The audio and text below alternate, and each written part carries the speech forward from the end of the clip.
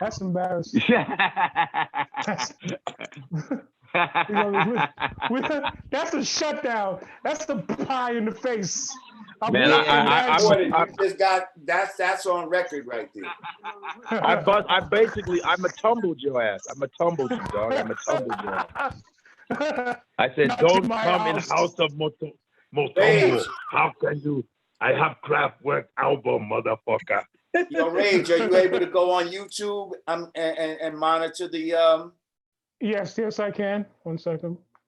What? I know I can. Oh shit. Monitor the live chat. Indeed, so. Because we are now live on YouTube. Yeah. And we are we in this bitch. I gotta look like this to look like I'm looking at y'all, but when I really want to see y'all, I'm like looking over here. Hey man, a lot of us are gonna be our eyeline up on the camera. A lot of us are gonna be looking crazy, so just stare wherever. That's what I do. I just stare. Don't worry about your eyeline, girl. I just stare at the camera phone. Right now, the way it is on my camera, y'all is under me. I'm looking down at y'all like what up, y'all?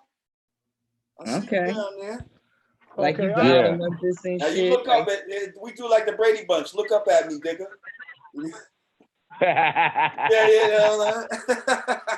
I'm gonna be Andy. Here's a story. Guys, I'm gonna be a little more quiet this episode. I'll just chime in every now and then for the YouTube live, okay? Just to keep them engaged. So you guys do your thing. So I might just jump in every, you know what I mean? I want to make sure the YouTube live is engaged, okay? You got a little choppy on my end. You damn sure did. Yeah. Maybe it is good that you're doing that. Are you still gonna be on camera? Can you guys see? Cut out. Yeah. I'm on cam. Okay. All right. Well, listen. Welcome back to Yanadameen Godcast. I'm Lord Jamar. I'm Digga. And I'm Godfrey. Fact checker Rage, aka Ashy Nuck. Ashy Nucks up in this bitch. All right, we back. And this is the first one. We got the whole crew in the house right now. Yeah. Wow. Since our that was from the wait, Black Lady Theater. Let me move the Marlboros out the shot. Shit. Yo, that was really, really sad. What happened to that? What happened to the Black Lady Theater? They just shut it down, just like that. I mean, the marshals came in and did what they did. There was some legal finagling that went on, but the fight still continues. You know, the fight is not over. But at the moment, you know, they out of there. You know, we hope to have Omar Hardy on the show one day to give us more information in the future about what's continuing to go on about the Black Lady Theater. But we definitely continue to support that cause, and you know. Wow, that's fucking crazy. Now in our neighborhoods. So, because hopefully those white folks don't get that shit, you know. Yeah. Well, while Digga's away, they got it already. Where you been, Godfrey? How you been? Man, I've been on tour with Tiffany Haddish. I was hosting her all women's tour, 10-city tour. You know what I'm saying? You know, and shout out to Tiffany Haddish for looking out for her, bro. She called me to do it, and I did it. And you know what I'm saying? And I just been running and gunning, man. And then I just got a little reoccurring joint on this Megan Good series. You know, it's reoccurring, so you know I'll be in there spotty kind of, but that's all right. I did a table read, and then I got a part from the table read. I was like, word, shit. Nice. You know what I mean? Something. God damn. There we go. And I know Congratulations. Yeah. I appreciate that. Thank you. And you know, I know Lord Jamar was just filming something too, right? Yeah. I just did a couple of things. I did an episode of For Life, produced by 50 Cent. You know, and that's a really good show right now. I've been checking it out myself. That's a really good show. Yeah. I'm happy to be a part of it. And then I also I did an episode of The Last OG with Tracy Morgan. Wow. And I'll actually be recurring back on that on That's season 4. dope. So nice. Yeah. Look it That's up what's here. up. Yanadameen Godcast, huh? Yo, and Rah Digga. I'm just out here rapping and shit. You know, I'm April 4th is the 20th anniversary of Dirty Harry, so I got a bunch of. We know you're an actress too, though. Got a bunch of shows lined up. Yeah, I'm definitely gonna revisit the big screen or the small screen in the not so distant future. I really want to get on Walking Dead. Like I am dying to light some zombies up. Yo, that's my like dream show. That would be dope. Now you said April 4th. You got a show where? No, April 4th is the official 20th anniversary of Dirty Harry. So I'm gonna be doing something really nice for all the Dirty Harry enthusiasts on that day. Oh, nice. And that's the day King was killed, no? April 4th? I believe so. April 4th, 1968. Yeah. I believe so. Yeah. Wow. That's a fact. Yeah. Well, maybe you could come out the next day on April 5th, because at Sony Hall we're gonna have a live conversation with DJ Vlad and myself. Get out of here! I didn't know that. Oh yeah, you know we're gonna have our verbal sparring like how we do. Wait a minute. You guys are coming. Wait, what day is that? April 5th. It's a Sunday. It's April 5th, Sunday. Shit. Damn. Live at Sony Hall. What? Tickets on sale now. Go to Ticketmaster. Damn. We'll put a link in the bio and all that type of shit in the video and all that type of shit. But yeah. Come on down. Check us out. Word. Nice. I'm at Denver Improv this week. I'm leaving tomorrow. Friday, Saturday, Sunday, Denver Improv, folks. If you're in Denver, come fuck with your boy. You know what I'm saying? Come fuck with your mans right here. Friday, Saturday, Sunday. Nice. You know what I mean? We just making moves out here. Hey, shout out to everybody on YouTube live right now. If you want to donate to the show, you can hit us up on the super chat right now. You know, we taking shout outs and all of that on the super chat. Don't worry, Digga, I still got your dub for your hair last week. I say, that $20 going long. Yeah. YouTube pays out though. I got you though, girl. I got you. And maybe they'll pay for this weed, this lovely Mae West weed that you got going on. This weed, this all me. Oh, that's all you? This all me. Really? It look a little longer than it looked like you got a lot of growth since last week. That was actually a week and a half ago. Thank you. Oh, excuse me. Well, anyway, so if you want to ask us a question or something like that, you know what I mean, hit us up on the super chat and we'll get it popping and all of that type of shit. Yeah, I was all natural for Black History Month, but it's March now, so. Hey, well, Rah Digga, aren't you? I think you're celebrating Shyrock Day, right? Yes. Shyrock having a day. That's going to be June 5th or 6th, I believe. Our Shyrock? The 6th, yep. Our Shyrock. I am hosting the official Shyrock Day at Gun Hill Park in June. Yeah, because she sent me a DM and sent me the flyer, and you're hosting that shit. Yep. Nice. Yeah. Nice. Well, listen, we got a few things to talk about, so let's get into some current events of what's going on. Well, I guess something near and dear to all of us, you know, would be Public Enemy. Yeah. And this week, apparently, Public Enemy fired Flavor Flav for basically, you know, sending off a cease and desist to Bernie Sanders. Public Enemy was scheduled to perform at a Sanders rally or something like that, and Flav's you know, I guess his vocals and all of that would have been used and all of that. And he didn't want to be a part of it, you know, for whatever reason. He sent a cease and desist. And, you know, this seemed to be the straw that broke the camel's back as far as the relationship between, you know, Public Enemy, Chuck D, and Flavor Flav. Yeah.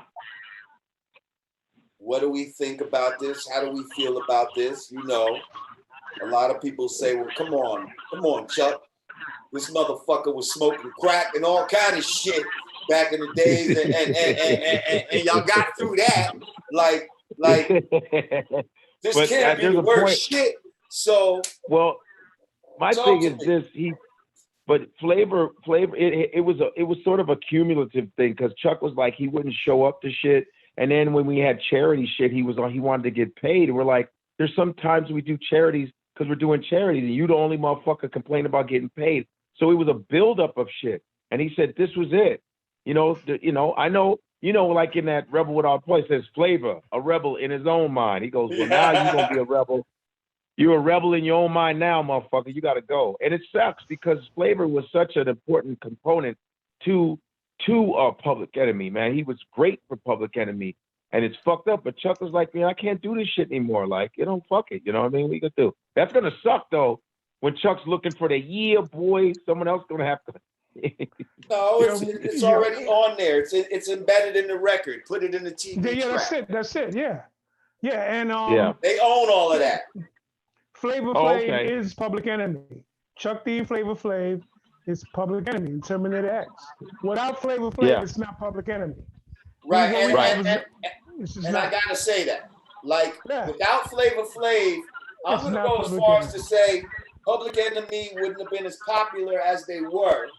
100%. Without Flavor Flav. I agree. That's right. They would have been too militant, too scary for the type of demographic that they ended up capturing. Yep. Public Enemy shows ended up being mad white people. Yes. Man, you see mad white people with Public Enemy shirts. They doing big ass festivals with rock groups and shit like that. Yep. I mean, to be honest, I feel like most of the militant, message rap, if you will, captures that audience the most. Just, Just from my observation in certain lineups, like, we'll all come out to a twerk off, but like, right. The shit we should be coming out to is like they're more front and center, more interested in it, because I mean we experienced it firsthand with Brand Nubian. Come on, yeah. We had a lot of black ass shows. Don't get me wrong, but yes, we had a lot of white ass shows too, where we up in Princeton and shit like that doing shows like you know what I mean, or we are over in Germany and it's like all white people. Like these motherfuckers would have been in the Gestapo just a couple of generations before, and now they jumping up and down for an all black group that's calling them devils to their face. Especially overseas. Yep. Yeah, it's no different. Yeah. I think what makes it, because when Digga first hit me about this, I think what I was so disturbed.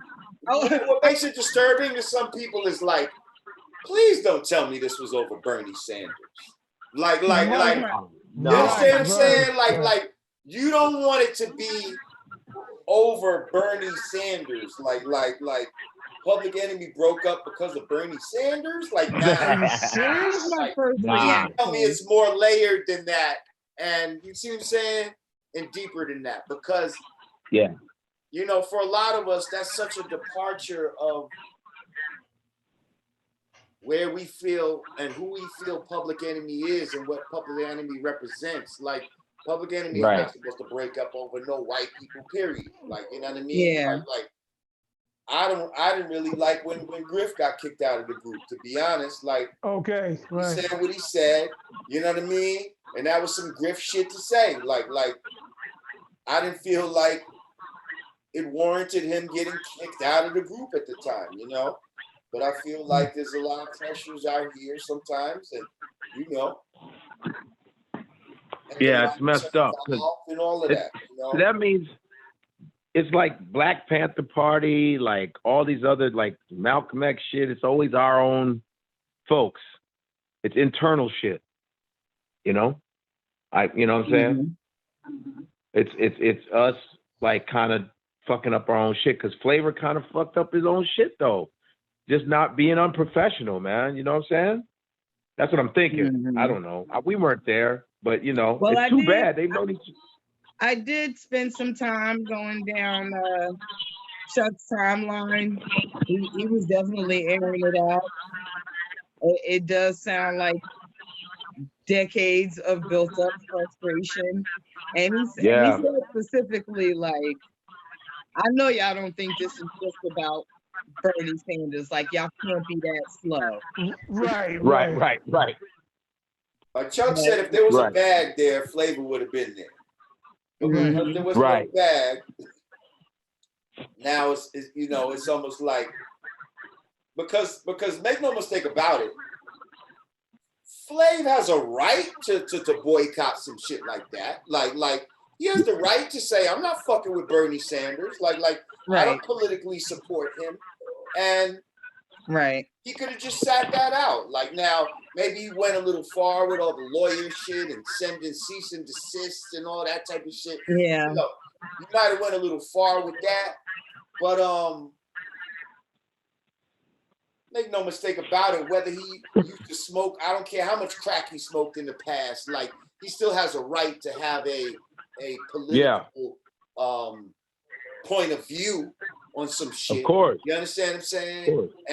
And whether he wants to boycott some shit or not, I think there's just a way that, you know, especially when this is supposed to be your brothers and all of that, you know, there's a way that you can do it that might not be as harsh, you know?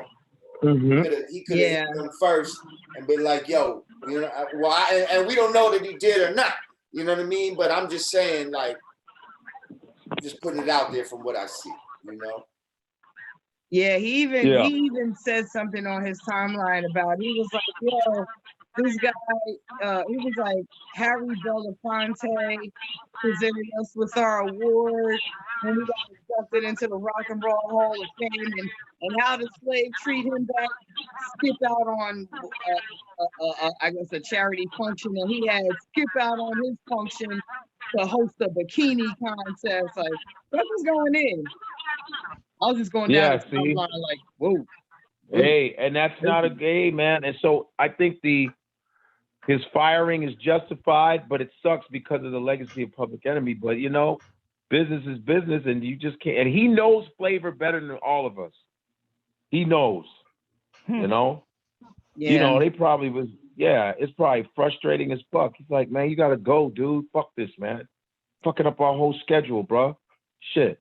Because he says that Flavor keeps, like, you know, Flavor is the one constantly turning into legal battles, suing them and stuff. And, you know, he's like, every other week there's like some frivolous Flavor Flav lawsuit. So, I mean, it's unfortunate that it's to the point where, like, they really can't just work it out as brothers. But, well, that was the song, Brothers Gonna Work It Out. Those Remember two that song? there, that was just the perfect balance.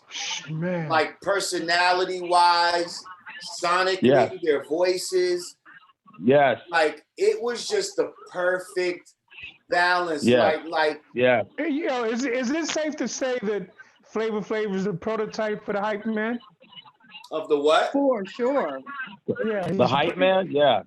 Oh, he was the first hype man. He's the first real hype man that made that shit, like, that's all I gotta do. I ain't even really, you know what I mean? Like, yeah, like I think, you know, people always had, I think groups always had someone who kind of played front and played the back, but I think I think Flavor Flav made it like an official job title. But Flavor was also not just a hype man, but he was militant. He would say the right shit though got too. That light behind you, bro. Oh shit! Yeah, I can't even see myself. I don't know where the fuck. Yeah, but he said the right militant shit though in his voice, even though it was kind of comical. But he was keeping that shit 100. Like you see, like probably writing that shit for him. They just knew when to insert him. But it was great. For example, like Black Steel in the Hour of Chaos. You know when he's like, I'm trying to get out. He goes, "Yo, Chuck, we gonna get you out, Chuck. You hype." You get hyped when he says that. You're like, hell yeah, Flav. Now, what I'm gonna tell you also that Flav brought to the group was he was probably the most street one out of Public Enemy. Like when he said Cole Medina, that shit is Cole Medina. Like that was some real like cutting edge slang at the time. Yeah. Shit. You see what I'm saying? Like, and the way he would say the way he said his slang, like he sounded like a nigga from Brooklyn or some shit. And like a lot of those Brooklyn niggas would move out to Long Island. You know what I mean? So there would be that migration. So the way he used to talk, like, hey yo, man, you know what I'm saying? Like his shit was like super street. A lot of stuff that he had, like he had a lot of dope one-liners that stand out. Yeah. John Wayne, like don't even know what's going on. Like, they would just jump in and say some shit, and you get the point. Face in your face. Well, shout out to Public Enemy. You know, they still, you know, probably my favorite group of all time. My favorite album of all time. And it's just unfortunate that shit like this has to happen. You know what I mean? But it happens. Moving on. At least it happened now, not when they were in the mix. You know, we got the music. Thank you. Word. Right. Word. Where we talking? Who's next? Digga? Pick a topic. Let's talk about the primaries. The primaries. Well, this shit got boiled down to basically two people, and it looks like Bernie Sanders and Joe Biden are the motherfuckers.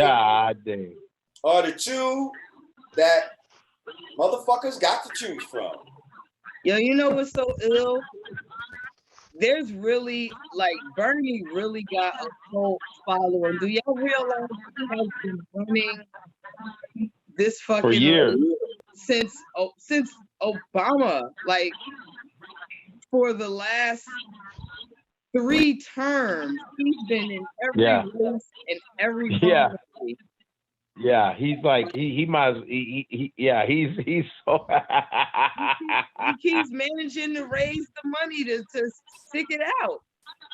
Yeah, that's amazing. He probably gets a lot of all the years he's been campaigning, he probably gets the same people to back him up with the money. They go, "We got you."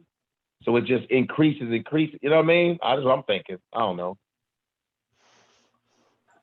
I mean, you know, he got some interesting things, some interesting, you know, progressive plans and all that. I'm just not sure if a lot of his shit can actually happen in the bureaucracy that is Washington, D.C., you know? So fast forward a year since all of this presidential Hufflepuff first started. Who's talking tangibles? None of them. I don't hear anybody talking tangibles. Well, you know what? The only one who actually I heard say the word systematic racism was Mike Bloomberg, and he just dropped out. Well, but no, he said institutional racism. That's what he said. He addressed it in one of his commercials. He said, if I was black, I would have had it harder, that we have to address institutional racism. Says the Well, guy that created Stop and Frisk. Can I weigh in on this? Giuliani created it. He kept it going, but he didn't create it. Okay, he didn't create it. He just Kept it going. He just used his Bloomberg broadcast resources to dispense it across the world. He took the alley-oop. Yeah. Right, basically, yes. That's what he did. Yo, shout out Elijah Freeman. Thanks for the super chat. Thanks for support, brother. Shout out Elijah Freeman. Peace. Word. My character's name is Elijah, actually. On wait, I have a question. For life.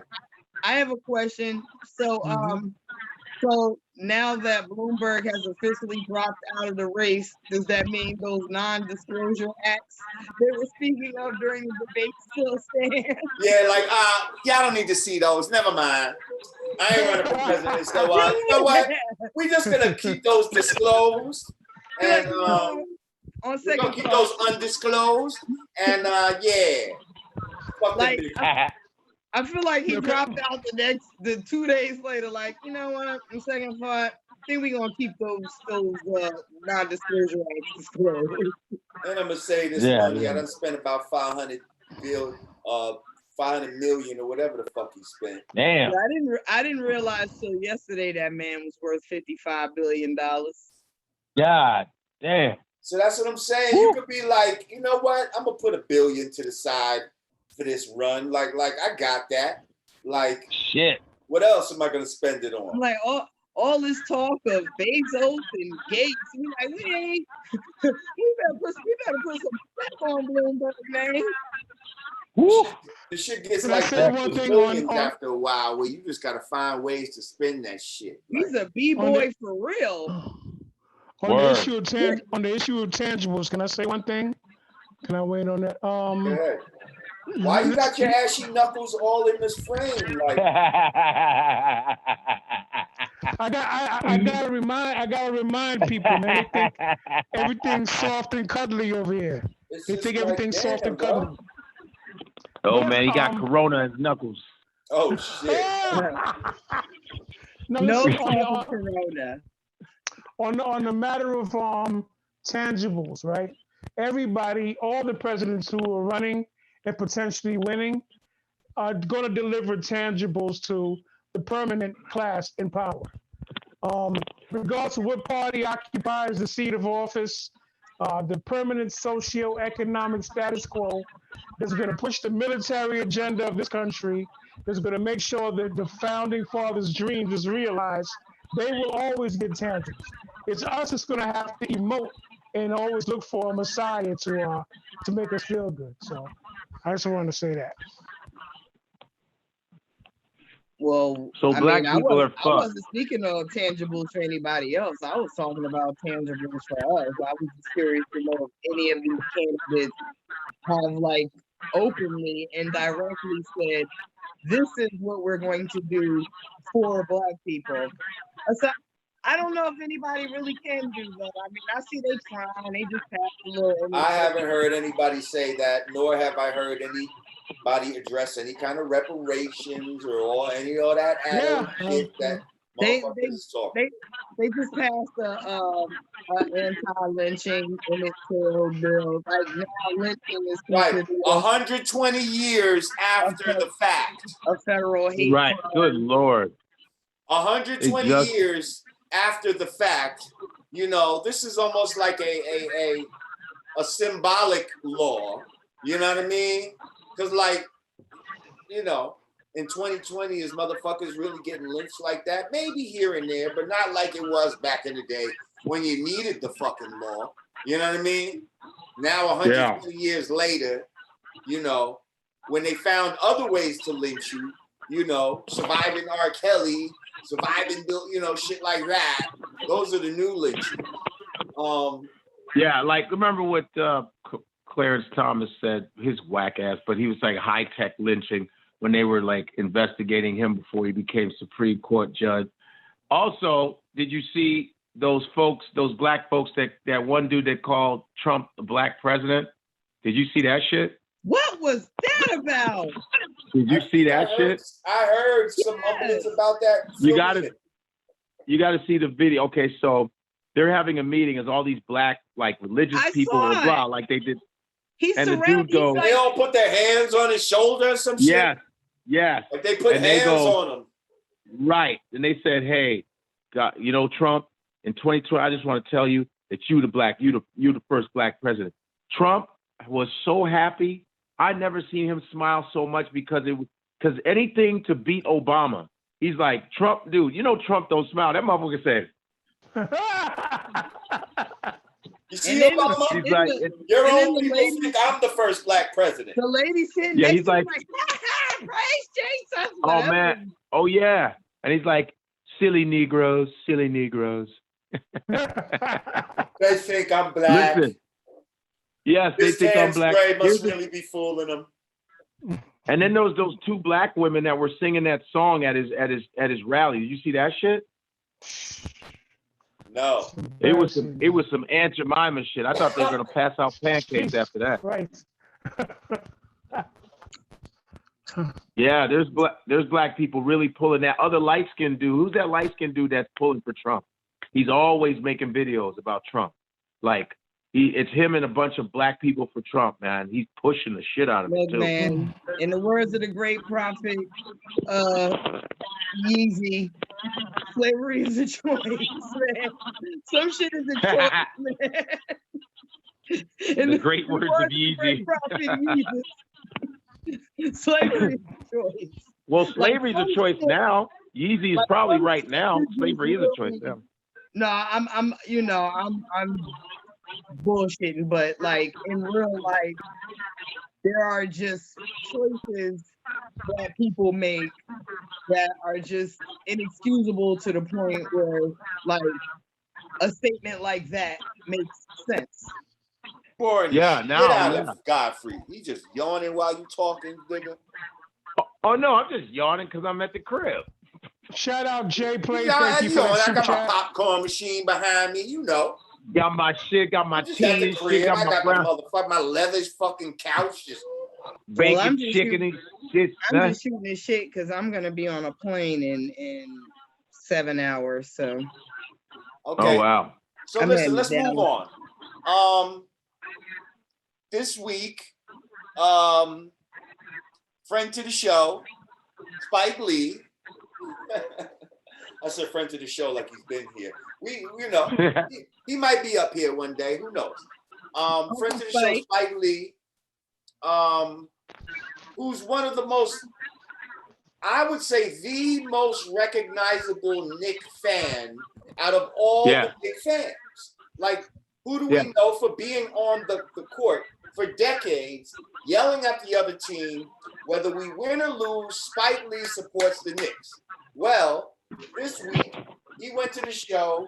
He went to the game.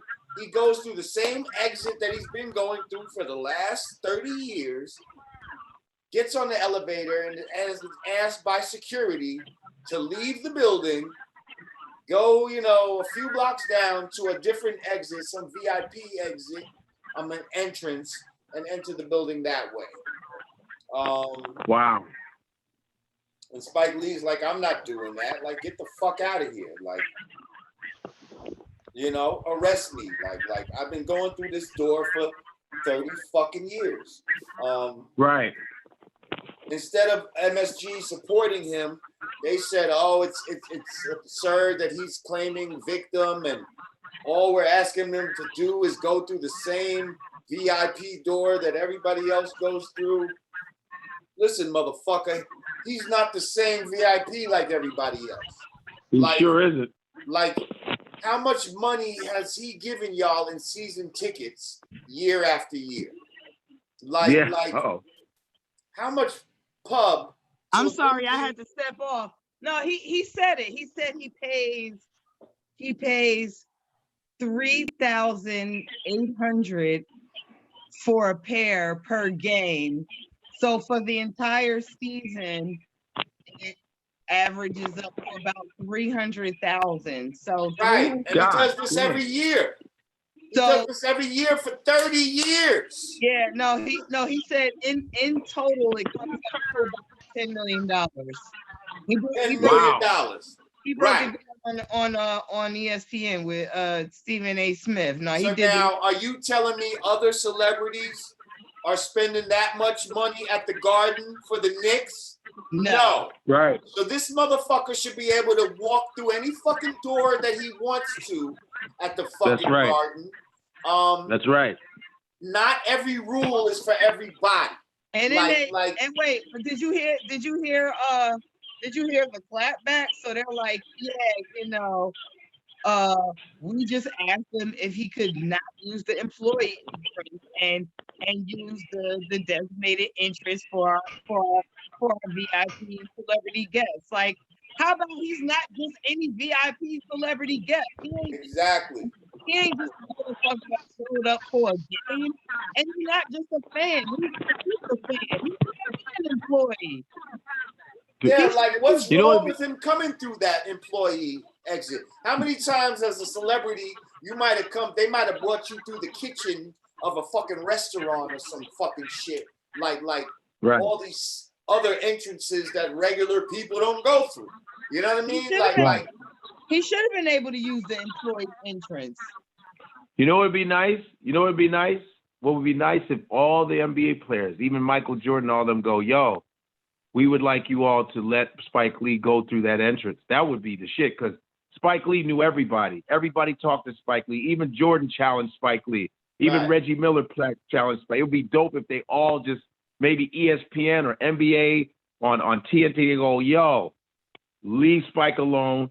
Spike, that should be a Spike Lee entrance. Like, who's he hurting? Who's he hurting by going through that door? Nobody. Again, he's making, This is the same door he's been going through for 30 years. He's getting on the elevator to go up to his shit. It's not like he's running through there stealing towels or whatever the fuck. Right. You know what I mean? Like, what do you think he's gonna do? Right. Yeah. But and he just won an Oscar too.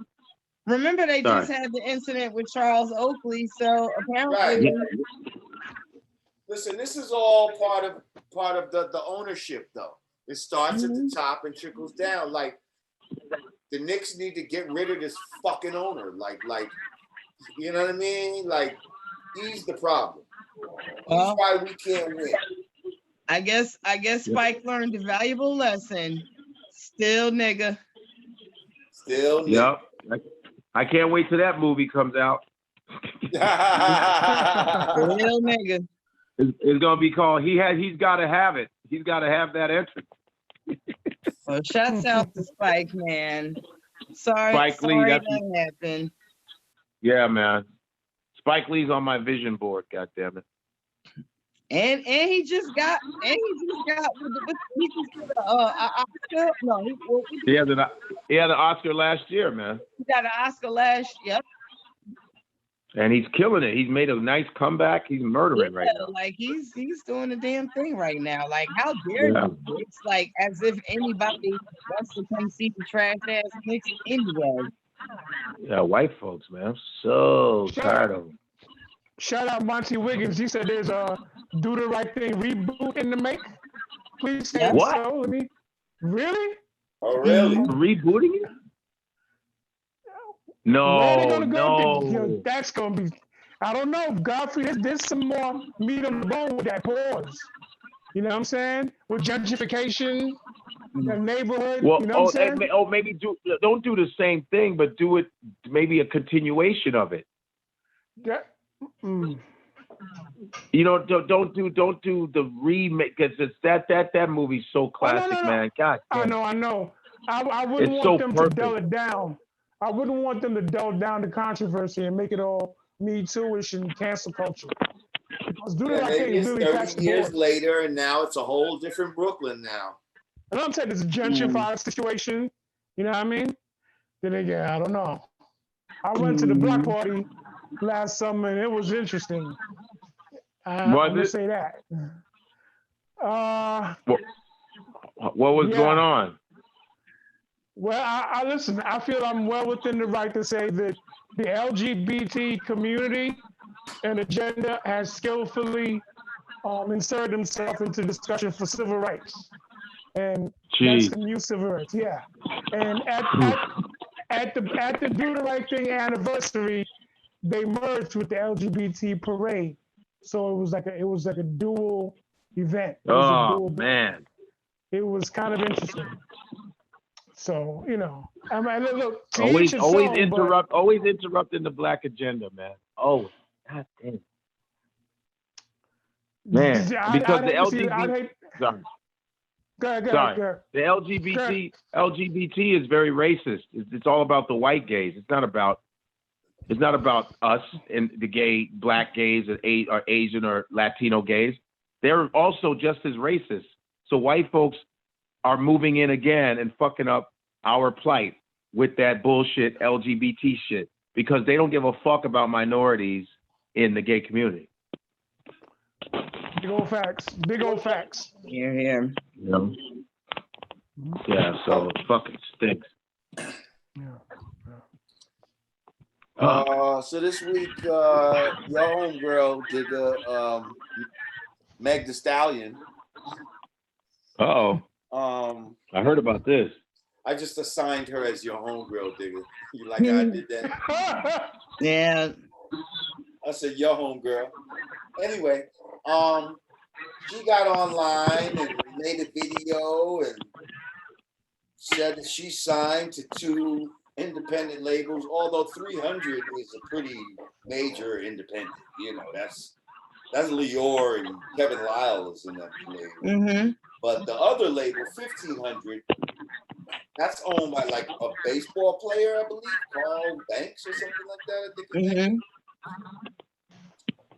Well, apparently she said she wanted to renegotiate her contract, now that she got with Roc Nation as her management and all that. I guess they're they're in her ear, and they're like, listen, boom, bam, boom, you could be blah, blah, blah, blah, blah. And so, she wanted to renegotiate her contract and claimed that they told her they ain't renegotiating shit. You can't put out no more music until whatever, blah, blah, blah. A judge ended up siding with her, saying she could put out some music. And according to the label, they're saying this is all not true, that really Roc Nation is trying to steal her from them. Let's talk about it. I can believe that. Well, you guys know this better than I do. So, I mean, my whole thing is not being a music person in the business like you guys. I just hope that they don't try to sabotage her. You know what I'm saying? Hopefully she's protected. I hope so. I heard the interview. She was like, I signed a bunch of shit because I didn't know. You know what I mean? I signed stuff, but then that she was 20 or something at the time, right? Yeah. She said, but now I'm like, what? Wait a minute. I started getting wiser and stuff like that. And I was like, hey, I want to renegotiate. And once I did that, that's when everybody started talking shit. I mean, here's the thing that I, being an artist, I totally understand her plight, but I feel like a lot of times artists have a tendency to forget that the role that these people played in their lives. Like, sure, at the point you're at now, maybe this baseball player guy isn't the person in position to do everything you need to do now that you've reached this position. But once upon a time, he was the guy that made sure your nails was done, the studio sessions paid for, you got chauffeur to the studio. Whatever needed to happen, that person made it happen. And I just see oftentimes how people like to cut that guy out once they get to a certain point. And to some extent, it's understandable because when you do reach a certain level in your career, in order to go to the next level, you might have to get rid of the management.com. Right. I heard them, nigga. They on Fifth Avenue, right? I heard that agency. They on Fifth Avenue. You know what I'm saying? Like, there comes a point in every artist's career where, you gotta take it to you gotta elevate from your mans and them. However, there should be some sort of a agreement where that person can be compensated, you know. Right. You guys should be able to come to some sort of medium now.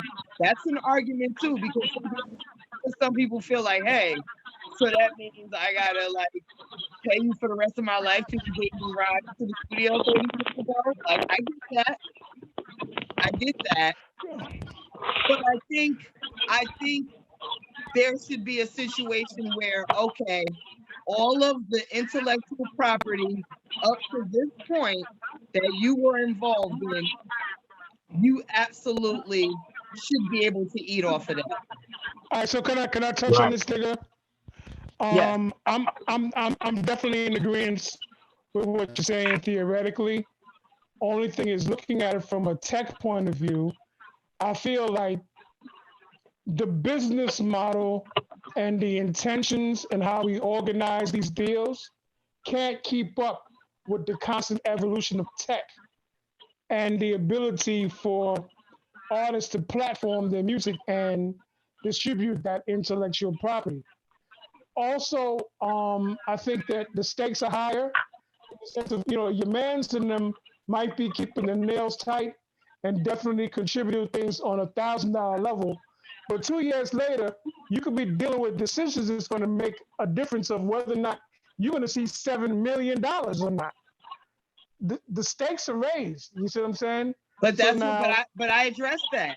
I said there comes a point in every artist's career where you might have to get rid of your mans in them and rock with, the power player. You know what I did when I was confronted with that decision? I made my manager the road manager. Okay, right. Everybody bumps up or gets adjusted. But bumped down. The manager got bumped down. No, the manager had to get bumped down because he had to understand that I needed this other entity to take us collectively. But you're still including them. You're still including them, though. That's what I'm saying. And also, that person has to understand that. That person has to understand that. It's still a bump up too, Jay, because when you look at it like this, the rising tide floats all ships. You see what I'm saying? So for the fact that this guy who used to be a manager on a small tier is now a road manager on a much bigger tier, that in the essence could be a come up. You see what I'm saying? Right, but then it's all in perspective, because that person could say, well, as the road manager, I'm not getting the same cut that I was getting as the manager. The manager's cut is going to be bigger than a road manager's fee or whatever the fuck. But that's why I feel like the manager, whoever, her label up to this point, or even say my manager up to that point, should be entitled to a percentage of that. Like, I feel like they should, they should. Right, but they can't. But after that, let's just say, all right, I start fucking with these people afterwards. You still get paid off of the shit you got me paid off of. Yeah. But like you'll still get paid off of the shit we did together. But once I start making these other moves with this bigger company, that's all me. But I still want you to be a part of the movement because part of it together. Right. So this is the position that I have for you. Let's roll. So Digga, let me ask you this. Have you noticed, like, I really noticed that a lot of the terms that we use today are what I would refer to as terms of art, right? In terms of who technically wears the hat of management or who's actually doing management work. What do you think about the phenomenon of these days? A manager could just be a key figure because of their personality or their name, but a lot of times the lawyer is kind of serving as the manager. You ever notice that? I'm not mad at lawyers being managers, because at the end of the day, your manager is supposed to be, first of all, manager's job, number one, is supposed to be on top of your business. And number two, a manager should be able to bring business to you. So a lot of times, you got these lawyers, these Epstein and Steens and Wickenstein, and, they're all golfing together and bar mitzvahing together. So oftentimes they're tied in with, they're best friends with this artist lawyer and that artist lawyer. Lawyer and let me run it by, let me run the idea past the rest of the Steens, of course, and oftentimes this is how deals are created. So when I say to people that got like their homies as managers, sometimes you got to be careful of that, because this is how you end up in situations where your artist is on a plane transporting 70 pounds of weed, and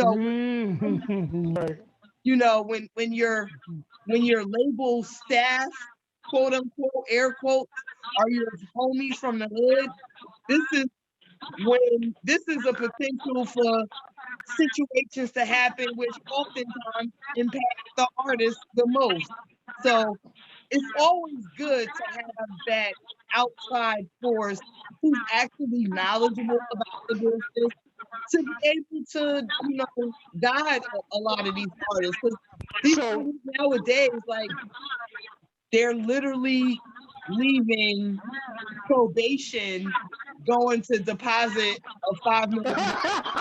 Right. But listen, Dick, so let me ask you this. With that type of logic in place in terms of what you describe the manager's duties are, right? You've done work with Chris Lighty, rest in peace. I've had some bouts with Chris Lighty. How would you compare Chris Lighty's methods of management? You notice he had a heavy-handed way. It was a lot based on charisma. It was a lot based on who he was and on how he handled himself, more so than what you might consider to be a technically good, manager. What do you think? I mean, well, I would say Violator of them is comparable to Roc Nation now. Like Violator was doing the most, like film, soundtracks, commercials, like Violator had their hands in a lot of things. It wasn't just, aside from managing all of the biggest music stars, they were a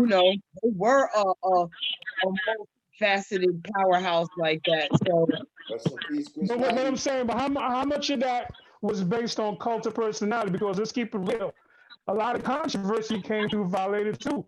Like, of course. I mean, all of us, rappers, managers, producers alike, like, we all from the street. Okay, right.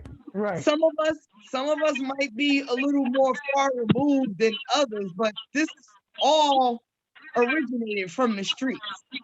The smartest motherfuckers learned how to turn their street savvy into business savvy, and now you have multi-million-dollar, billion-dollar corporations, a Roc Nation, a Violator, all of these companies. So, that's nothing new under the sun. I just think there just always has to be somebody in the crew that's focused on the business. What was RZA brother name? what was Riz's brother? Riz's oldest brother? Fine. Oh, that dude. Yeah, like they're always a divide in the crew. Right. Somebody at some point, while you're focusing on the creative, you're focused on the street. I gotta have right. Okay, big old facts. You know, my fondest memory of Chris Lighty was him threatening to punch me in the mouth. Remember that, Jamar?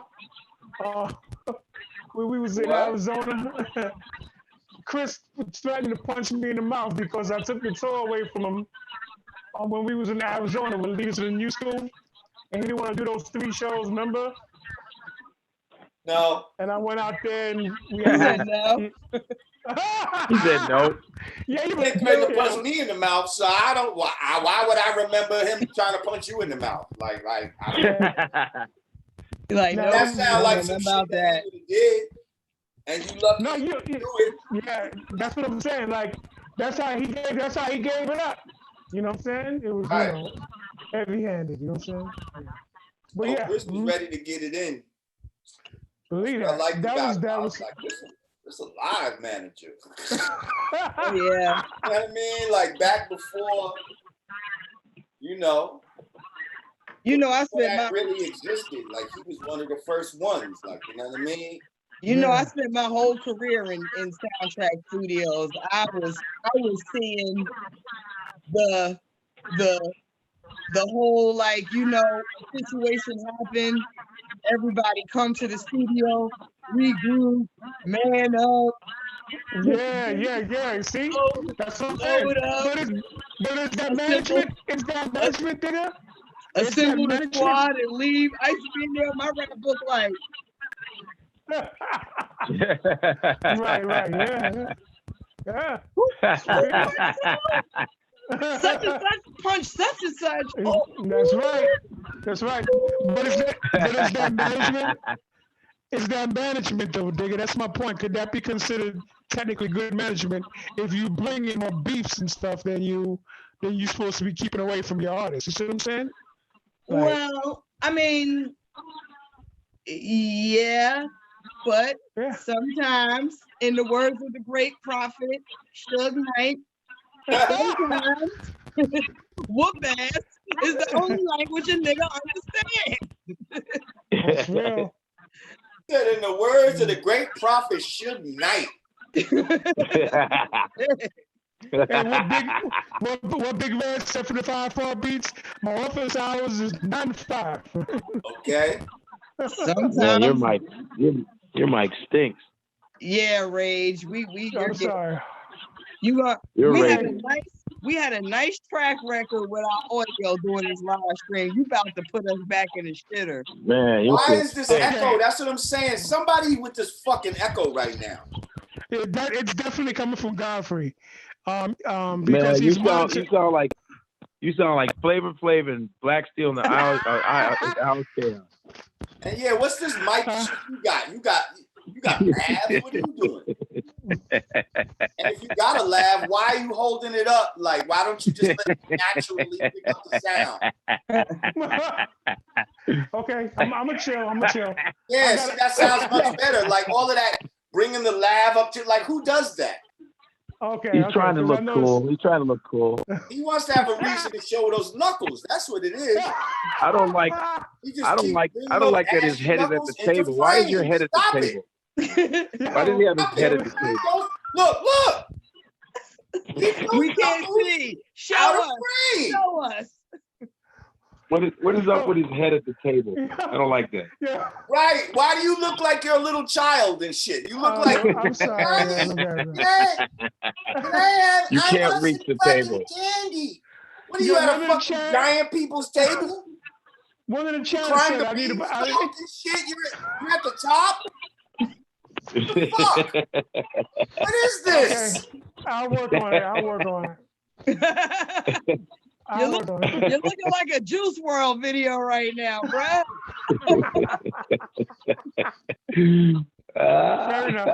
Fair enough. I see my shadow. Why is his chin on the table? That's what it says in the comments. Why Why is Why? It's just a head. It's just a head. We should put an apple in your mouth. We should put an apple in his mouth. The Digga cute with a fan. Oh, thank you. Thank y'all. Thank you. Let me put it on the glittery side. There it is. Put it on the shimmer. Hey, if you'd like to donate to the show, people at home, go to cash.me/$Yanadameen. Patreon.com/Yanadameen. Yanadameen.com/support. All my people in the live YouTube chat, y'all know what to do. Hit up that super chat. Or hit up the description on the, what's the other joint we got? Green Labs or some shit like that? Mm-hmm. Let's get it. What else we got on the docket? We've got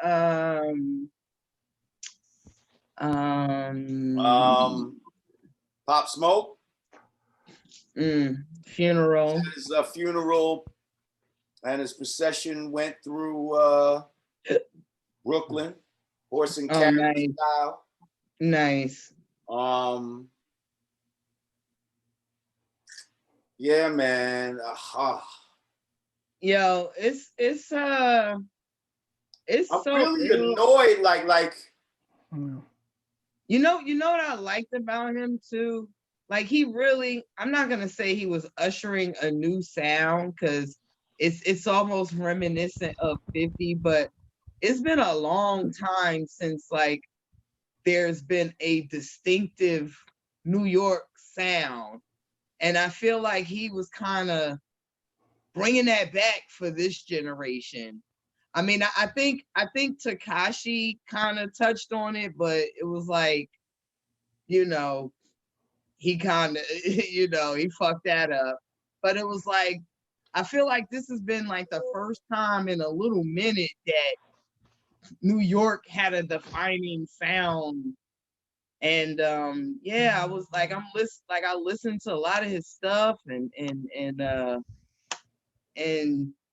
like, yo, he had some shit. Like you could just tell that he was not done. Like I would hate to imagine. Like I want to imagine what his records would have sounded like 5 years from now. Like he was really like, I don't know, kind of being progressive with it. I mean, his voice is his voice, but the fact that the story that I heard was that he got some beats from YouTube that ended up being the producer ended up being somebody from overseas. And when he went to purchase it, he heard some other stuff and was like, yeah, those are my beats too. And they ended up making an album together. So all of these beats that are kind of similar, like this grime, this Brooklyn drill. Right, and see, here's the thing about those beats, right? Mm-hmm. Word is bond on everything I love. Like, I had predicted that we might go down this road. Like that hip hop was gonna go down this road. You know what that sound is a mixture of? What's that? It's a mixture of hip hop and dubstep. Yeah. You're right. And when I first got onto dubstep, I was like, yo, because they don't really rhyme in dubstep and all of that. It's just and all of that. I said, if somebody starts making beats when niggas start rhyming to these dubstep type of beats, that's gonna be the new shit for the new generation and all. Word. That. And finally, that type of shit that he's doing right there, and it's funny that you say some overseas shit. Because that's what dubstep comes from. It's some overseas shit. Yep.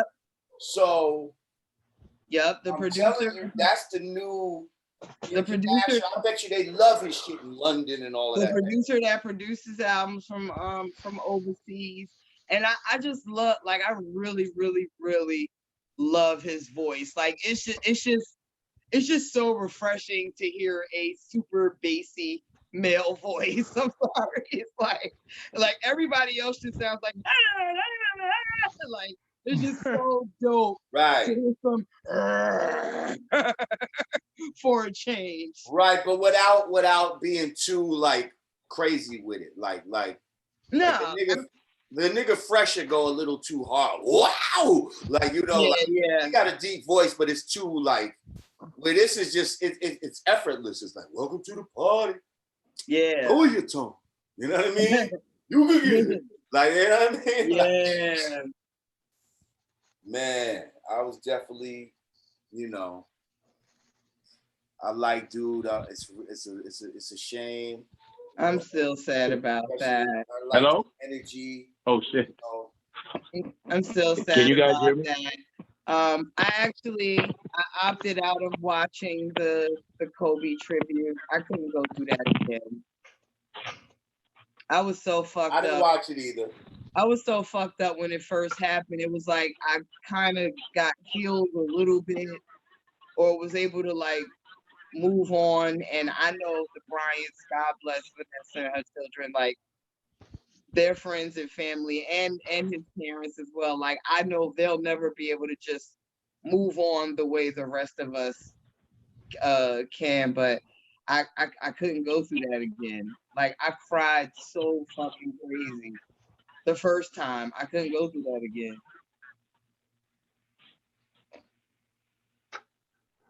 Oh. Hello? That's a Pop Smoke. Can you all hear me? Brian, yes, we hear you. It sounds good for some reason. Yeah. I don't know what the fuck. Yeah.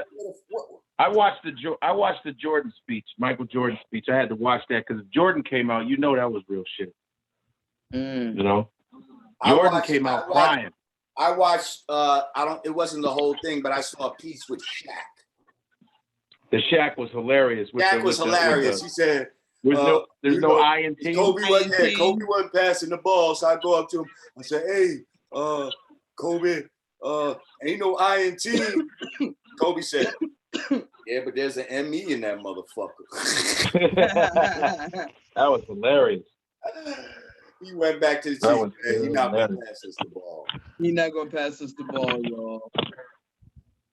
I would love to have been a fly in the wall in that locker room. Like, they're not gonna pass us the ball, and not because they're a bunch of hot, sweaty, athletic, beautiful men running around with towels and shit. No, I just would have loved to hear some of those, like, you know, like those sports. Like, you know what conversation I would have loved to have heard? I would have loved to have heard. He wasn't even thinking about all that other shit that you just included. Not that they're men with towels. Obviously, that is a factor for you. Our minds didn't even go there. Like, you just brought that shit. My bad. No, actually, no, sidebar. I to this day, I would pay money to know two things. I want to know what did LeBron say to J.R. Smith after that game when the final second, like, I don't know, the J.R. like throws to the wrong basket or was about to run to the wrong side.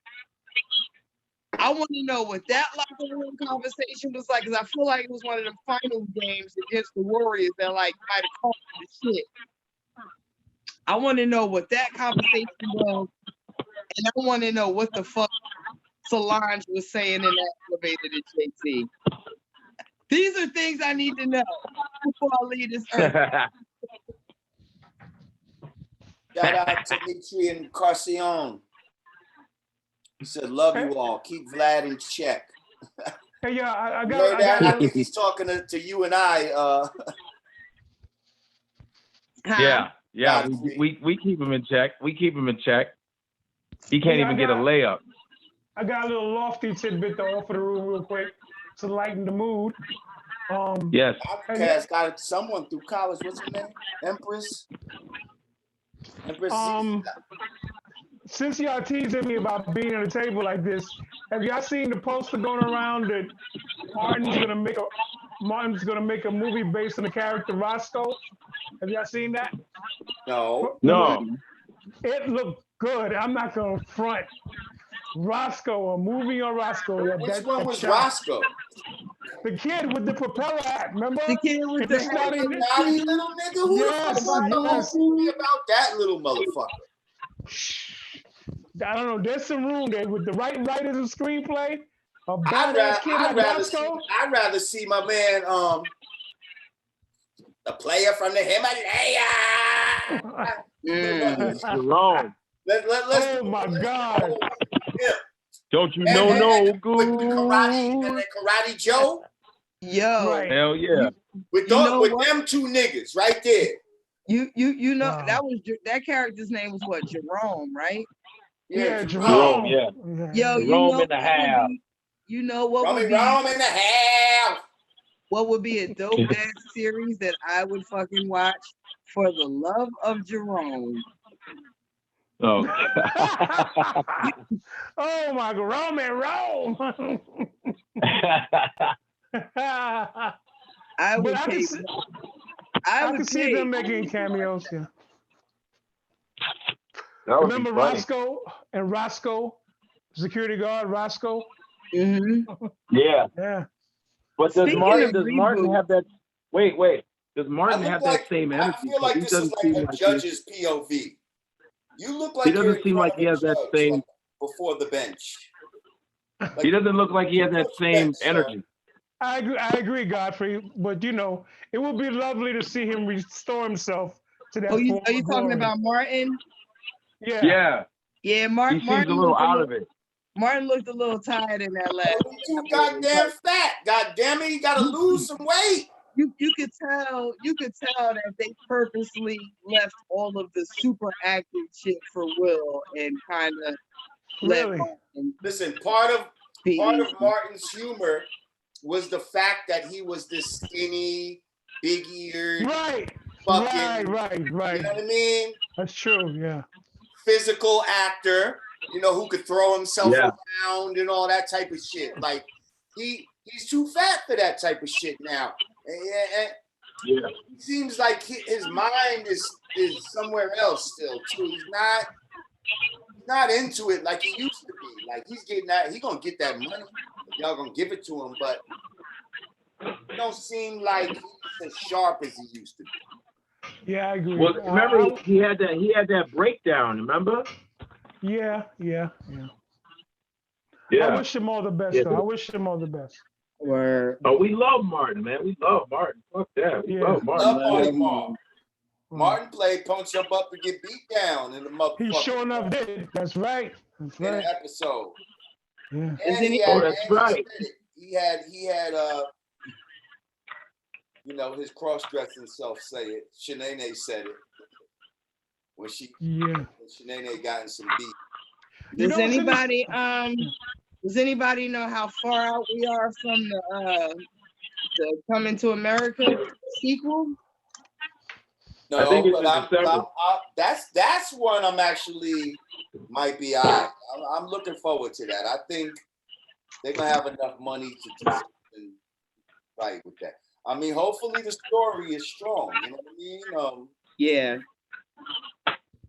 But that movie was perfect. That's gonna be nice. It's gonna be nostalgic for people like us. You know what I mean? Yeah. That movie was perfect. Damn. That comedy was Godfrey, what regimen you working on over there? You got a healthy stuff popping off. What's going on? When I travel, I like to pack my stuff, my supplements, make sure I have enough for the 3 days. Right. So I'm distributing. I seem like I should have naked women in bras doing this. Yeah, it looked like you're putting drugs together, my brother. Hey, I know I'm a distributor of CMOS now. I sell CMOS. You got a Carter going on over there? Yeah. Yeah. You said, yeah. Hold on, I gotta show you. Yeah. Women I'm doing my thing, bagging this shit up for me. Yeah, I'm bagging shit up, Shan. That's what I'm doing, Shan. With the women with the naked titties, bagging it up. Word up, bagging it up with the naked hoes and shit, yeah? You know what I'm saying? Yeah? You know what I mean? Doing me, baby. Doing me, yeah? Yeah, well, yeah. So, Jadakiss dropped a new album. Let's talk about it. Shout out Jadakiss. Shout out Jada. I have your permission, you know me. Well, what's the name of the album? Well, actually, it's dropping in 45 minutes, I believe. Is it called Ignatius? Is that it? What's it called? Ignatius? I'm not sure. Can you look that up, fact checker? I'm What sorry. the hell? You bring out crack? What is that? Yo, I got it for cheap. Fuck with your boy. Fuck with your boy. What is that? Yeah. This my friend is sea moss, but this is the Yucama brand sea moss, only found in St. Lucia, and you have to dive for it. This is what Dr. Sabi said possess most of the mineral traces that's in the human body. It's the healthiest kind. I got it for cheap right pumping here. that sea moss right now. I'm pumping that sea moss. I got it for cheap right here in Brooklyn. All right, so if somebody wanted sea moss, how do they get in contact with you? Man, well, they got to know the right person. I don't just serve everybody. Don't just come. They got to know the handshake and all that? All that. Secret handshake. You got to know the knock, all that. You know what I'm saying? But I got it right here. I got the sea moss phone, see? That's what's up. Talk. That's what's up, son. Yes, sir. I'm about to get my health thing in place. I'm doing a sea moss challenge. I'm just going to drink sea moss for a while. You know what I'm saying? Just 3 sea mosses a day for like a week. Just sea moss. And you know what sea moss is? What's called a front end lifter for people, you know. Yeah. You know what a front end lifter is, Digga? Yeah, kind of. I gathered from the context clues. Yeah, you don't have to worry. You don't have to worry about Seymour's. Front end lifter. Word. It's not something for a car. I'm just gonna say that, like, you know. Okay. It doesn't attach to a car. So while we're shucking and jiving, I guess our last topic of discussion, does anybody care to touch on the coronavirus? I don't want to touch it. Yeah. I mean, what do y'all think? Should we really be? I think it's man-made, and I'm waiting for a disease that is going to plague white people. It's always Asians and Africans. Ebola, now Corona. Here's the thing, you know. It's always something, Digga. Like we were supposed to die from Ebola. Oh, you're gonna tell me. Hang on. Listen, I'm gonna name some that you forgot about. Swine flu. H1N1. SARS. Flu. Fucking swine flu. SARS. Swine flu. Like SARS. There was a bird flu. There was a bunch of all of this shit was all shit that they just put out into the population. Don't forget anthrax. Make people mad scared. The symptoms are always so common. Vague I got a headache and a sniffly nose. You could have it. So now you paranoid yourself into the sickness. You can mentally give yourself a sickness just by believing, hypochondriacing yourself into believing you have it. Listen, you know I don't trust these motherfuckers as far as I can throw them.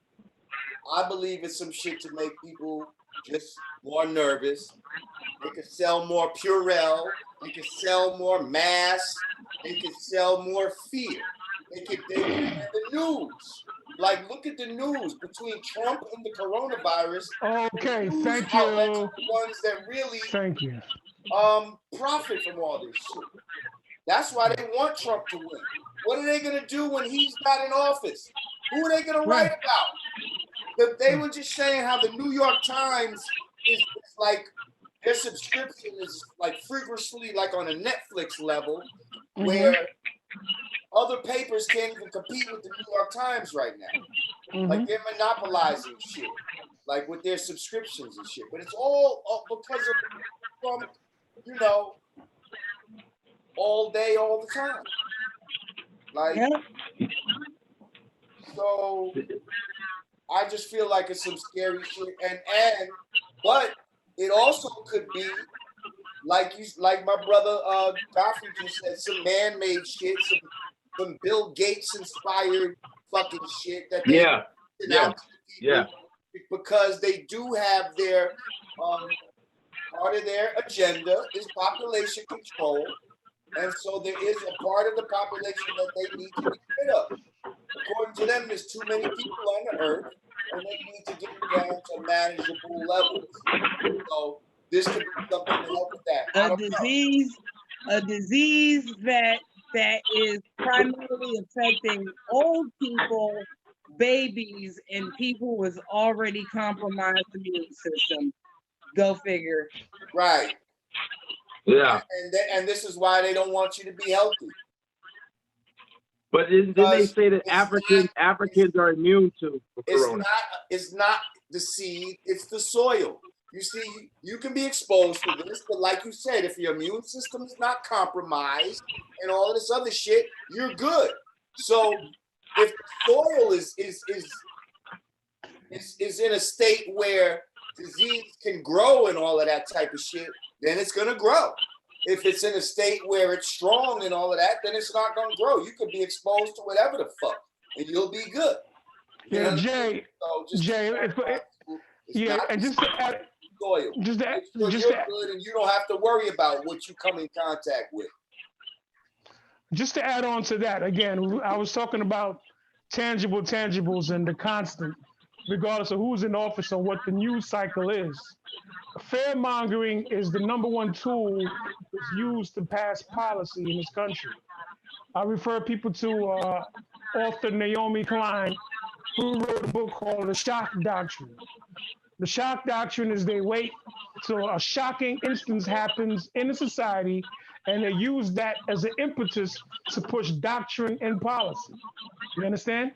So I believe that's in play in this situation because it has all the trimmings of every other fearful thing we were supposed to be looking out for in the past decade plus. Mm-hmm. I agree. I think I ain't gonna say it's a crappy shit, but I don't think people. I don't think the way like I'm talking to people. You know, I'm constantly talking to people in Europe now because I have a flight to Milan on Tuesday, so it's like I have to be mindful of the procedures because even though I don't give a fuck about the coronavirus, like I don't want to get caught up somewhere quarantined for like a week on no bullshit, and I got shit to do. So I have to keep an eye on what all the protocols are, but everybody over there is like, I don't know what the fuck y'all got going on.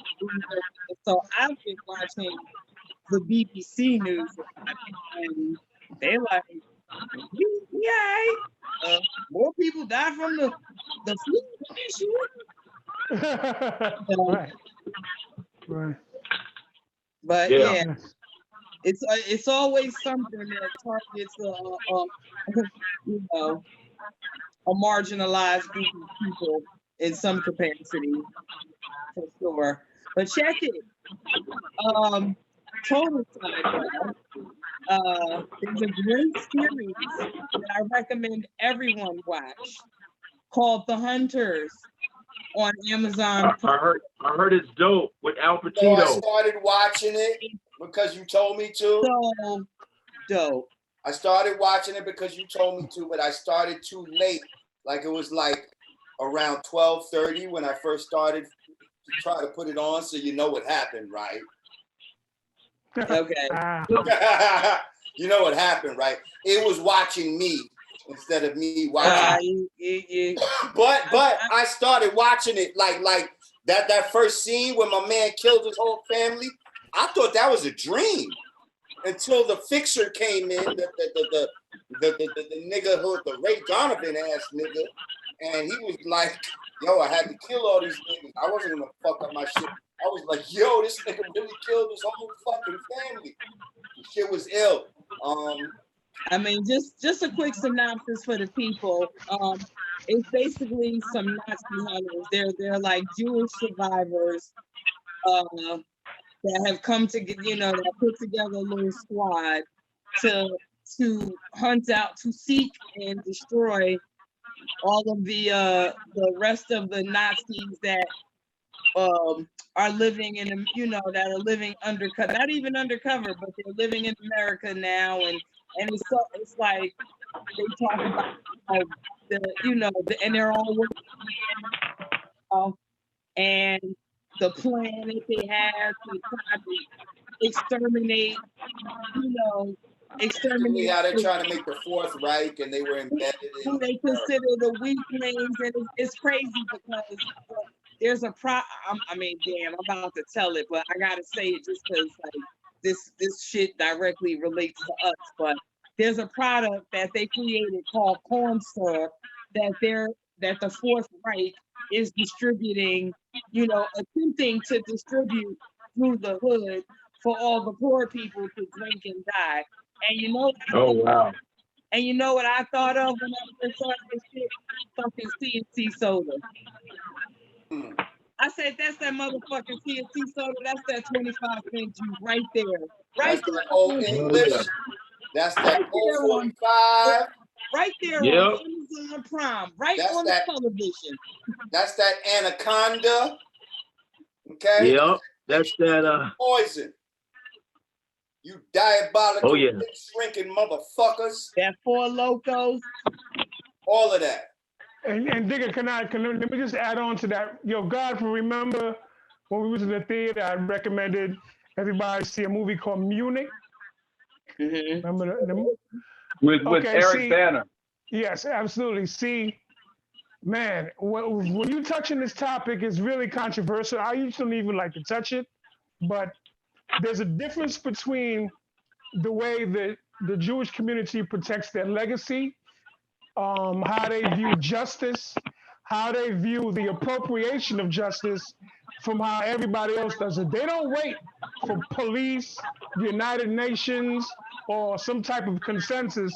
They form their own shit and go and get who they got to get to make sure that they exist in the world. You see what I'm saying?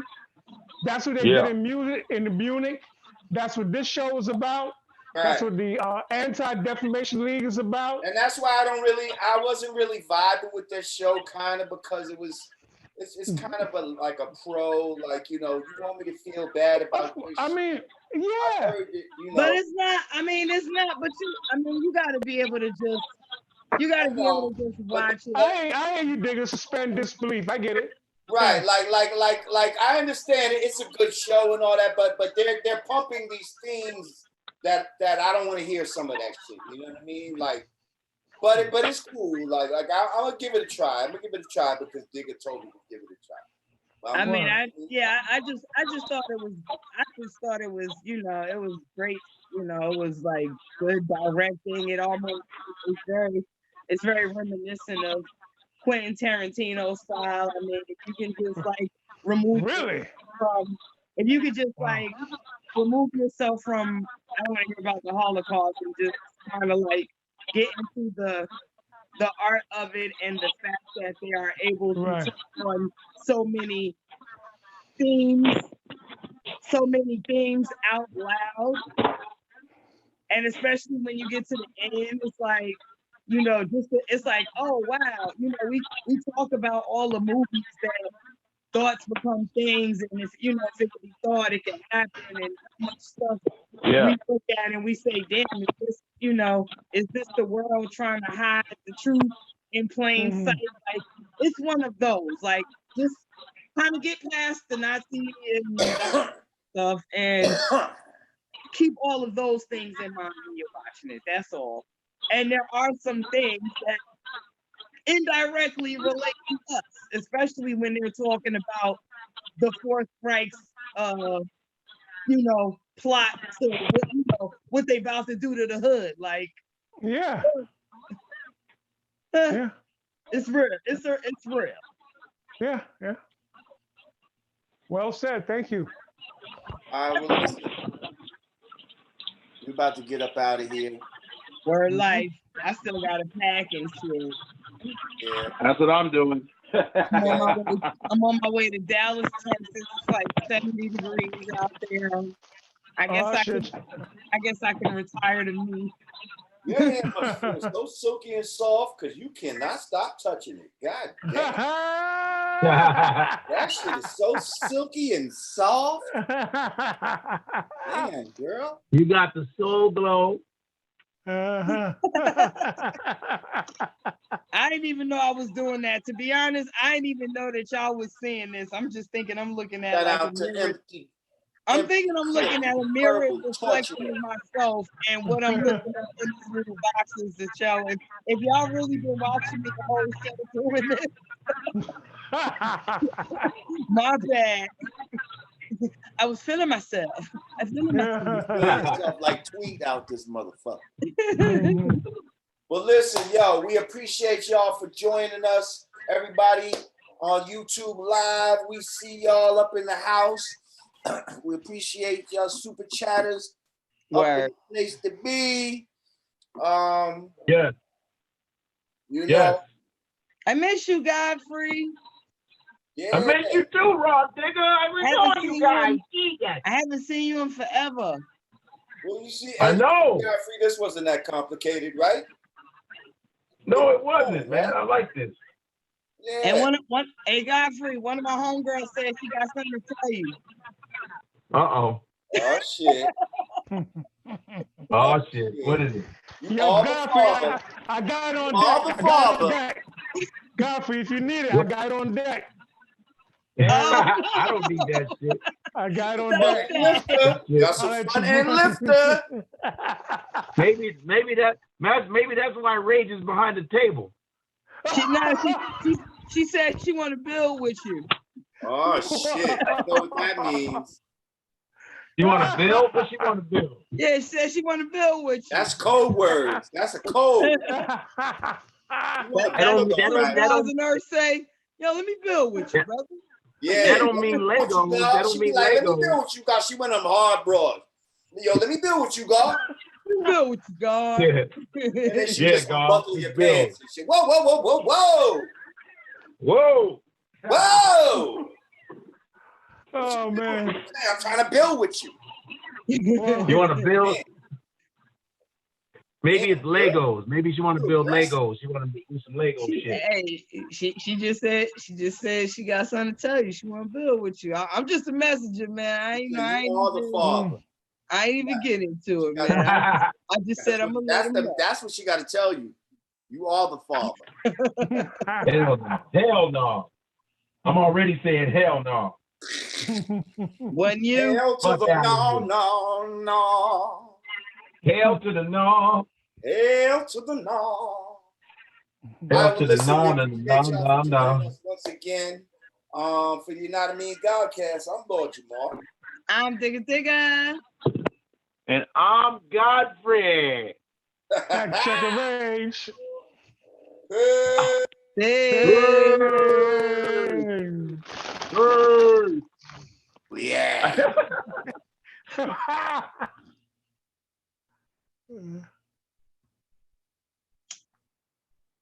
Yes, people. Wade in the water. Wade in the water. Thank you, my people.